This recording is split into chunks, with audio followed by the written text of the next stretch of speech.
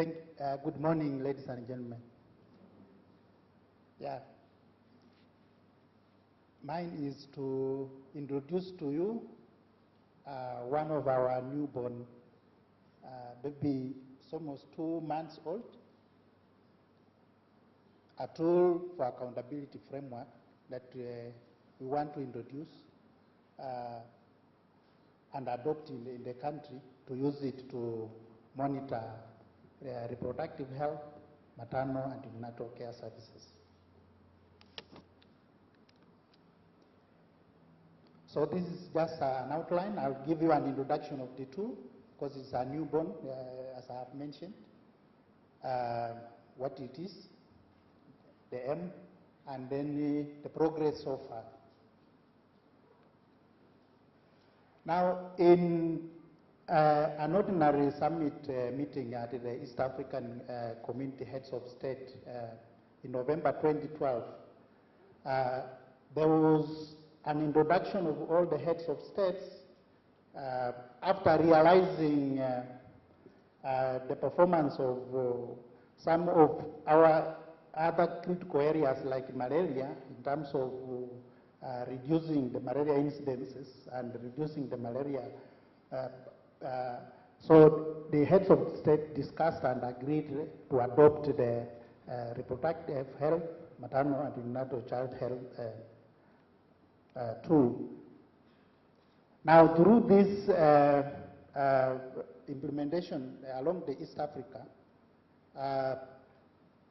so that we are able to monitor some of the innovative interventions that countries along the region should be able to use, and then improve access to quality of the data that we have and the information that we have, and use the information for decision making, and also promote accountability for resource for reproductive, maternal, neonatal, and child health services.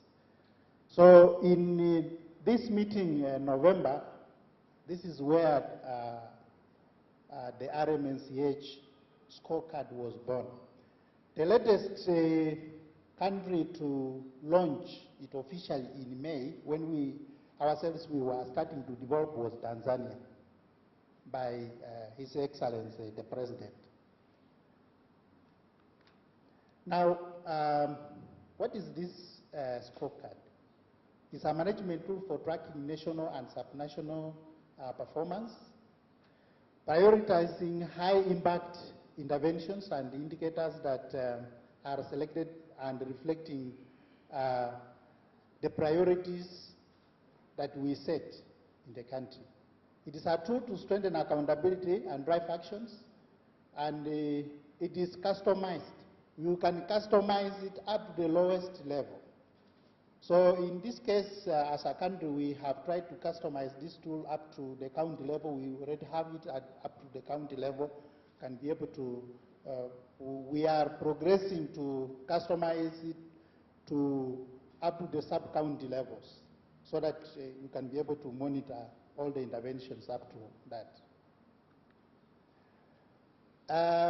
It aims to build on existing governance routines to ease adoption and avoid parallel processes, and focuses on indicators with poor progress. And you can be able to look at the regions, how they are performing, look at even up to the health facilities, if need be, and looked at the high impact interventions. Now, in terms of progress in May, as I mentioned, 2014, the Ministry of Health worked with our development partners. We have the ALMA, we have the USAID Mesh Evaluation, Pathfinder, World Health Organization, and UNICEF, to come up with a final scorecard for this country. Now, the final result is that we have our quarterly RMNCH scorecard, which has 26 national and county level indicators. The scorecard will strengthen the ministry's existing in terms of the decision making and the processes by identify priority areas that you can be able to track, to fast track, and take some necessary action. Because you have to state what action you will take in the next quarter. At the national level reporting, we are using the DHIS, which was adopted in 2010 in this country, and we have reach of information in DHIS to use. Now, in terms of output for this accountability and action, we have the first one, which is in terms of the scorecard, showing performance at the national and regional levels, indicators. And the intent is to have issues of, you will see the transparency and accountability in your key performance indicators.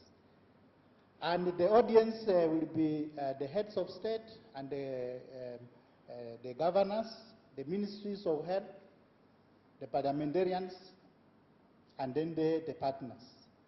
Then at the county reporting, where you can discuss with the county level, shows the performance on each indicator, and still in terms of showing you the visibility in terms of transparency and accountability and on performance of your key indicators. And you can discuss it with the national health officials on what areas you need to undertake, then county health officials, and then other partners in the region. Then we have the action item, which is the tracker in this tool. It lists action items, progress.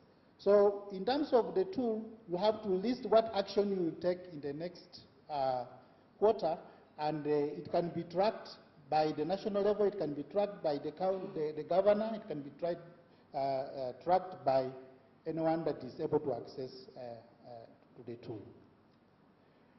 Now, the selection of indicators have some a range of continuum care.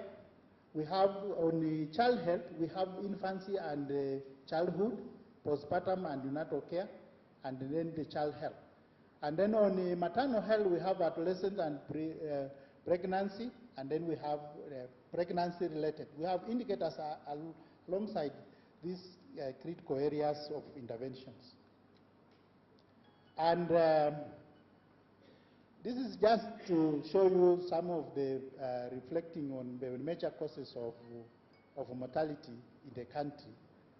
And I think the previous speakers have spoken about. Now, in terms of indicators, we should be able to look at it in terms of the national referral facility having minimum indicators but at the primary care facilities up to the household level, where we have much of the information, these indicators and actions taking place, we should be able to have more interventions and actions taking place. Now, this is just a set of the 26 indicators that we agreed upon that are available, and we can be able to generate the information.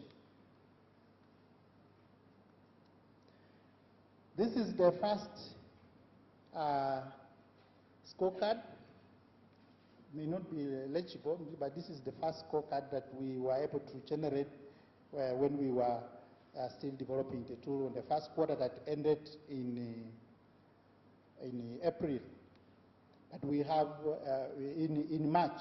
So we have the one for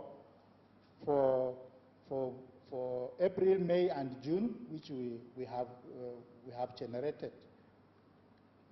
Now, in terms of summary, these tools hold the government accountable to its promise by monitoring progress on MTGs, promotes immediate actions to improve health outcomes, and then the regions will focus on some of the initiatives in terms of maternal and newborn and child health, Then facilitate strategic planning and allocation of resources where it's needed. Then encourage adoption of the best practices, and then identify weak spots which will have some targeted actions. Our next step on this tool is monitoring progress at the national level, which I've mentioned that is still in the development stage, and we have generated the second quarter to see the results. So very soon we should be able to start sharing this tool widely, and maybe His Excellency the President will be requested to officially launch it.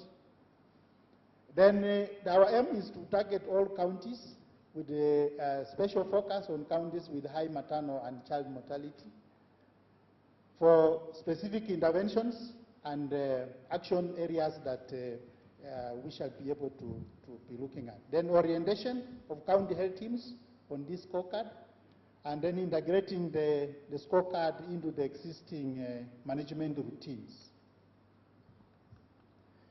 I think that is the end of the presentation. Maybe just to show you just in 1 minute, the next, the last scorecard. This is how it is populated. We have all the 26 indicators, and you can see it's color coded from green, yellow. So we have Kenya, and all the counties are here. So we are able to generate the information from DHIS, and we are able to populate. And if this quarter you did well, and the next quarter you go down, the tool is able to show you by arrows in which areas that you have done poorly. So basically, we have all the counties here. Thank you. Thank you very much, Mr. Wanjala. So thank you, panelists, for excellent.